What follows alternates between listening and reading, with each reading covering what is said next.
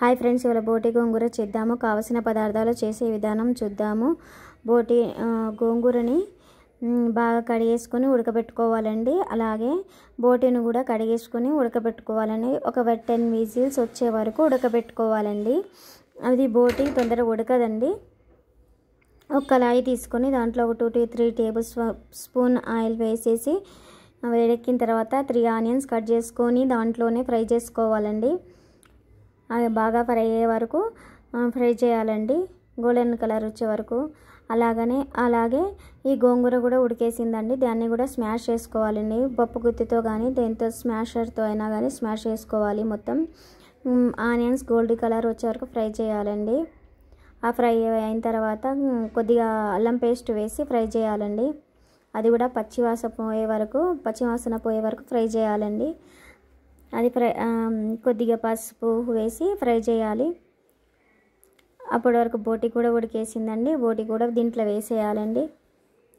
ఇది మంచిగా వేసి బాగా కలుపుకోవాలండి. అల్లం పేస్టు పసుపు పట్టేటట్టు మొత్తం కలిపేసుకోవాలి. ఒక 5 minutes మంచిగా అల్లం వెల్లుల్లి పేస్ట్ పట్టిన తర్వాత మంచిగా అయిన తర్వాత కారం ఉప్పు వేసేయాలి. ఇది గోంగూర వేస్తున్నాం కాబట్టి కారం చూసి వేయండి. ఎందుకంటే కొంతమంది ఎక్కువ తింటారు, కొంతమంది తక్కువ తింటారు. ఇది పుల్లగా ఉంటుంది కాబట్టి కారం తక్కువ వేస్తే పుల్లగా ఉంటుంది. కొద్దిగా కారం సరిపడను వేయాలి. టేస్ట్ కూడా బాగా వస్తుంది. ఉప్పు కారం 5-10 minutes మగ్గనివ్వాలండి.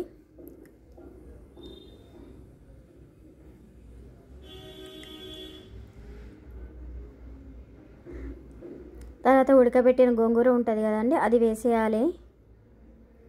వేసి బాగా కలుపుకోవాలండి. కలుపుతూనే ఉండాలి, లేకపోతే అడిగంటిపోతుందండి. ఎందుకంటే గోంగూర దాంట్లో వాటర్ వేయం కాబట్టి తొందరగా మాడినట్టు అయిపోతుందండి.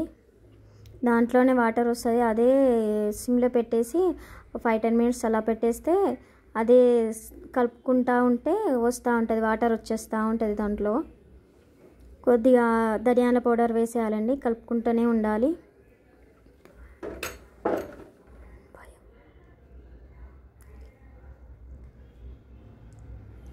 ఒక 5-10 minutes అలాగే కలుపుతూనే ఉంటే మగ్గనిస్తే టేస్ట్ కూడా బాగా వస్తుందండి. కొద్దిగా కొత్తిమీర వేసుకోవాలండి.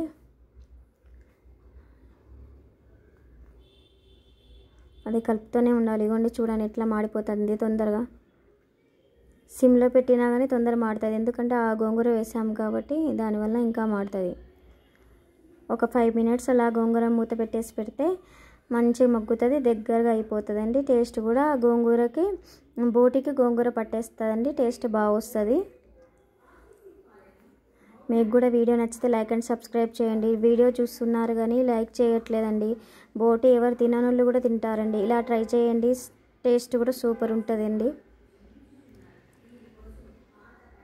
బాయ్ అండి.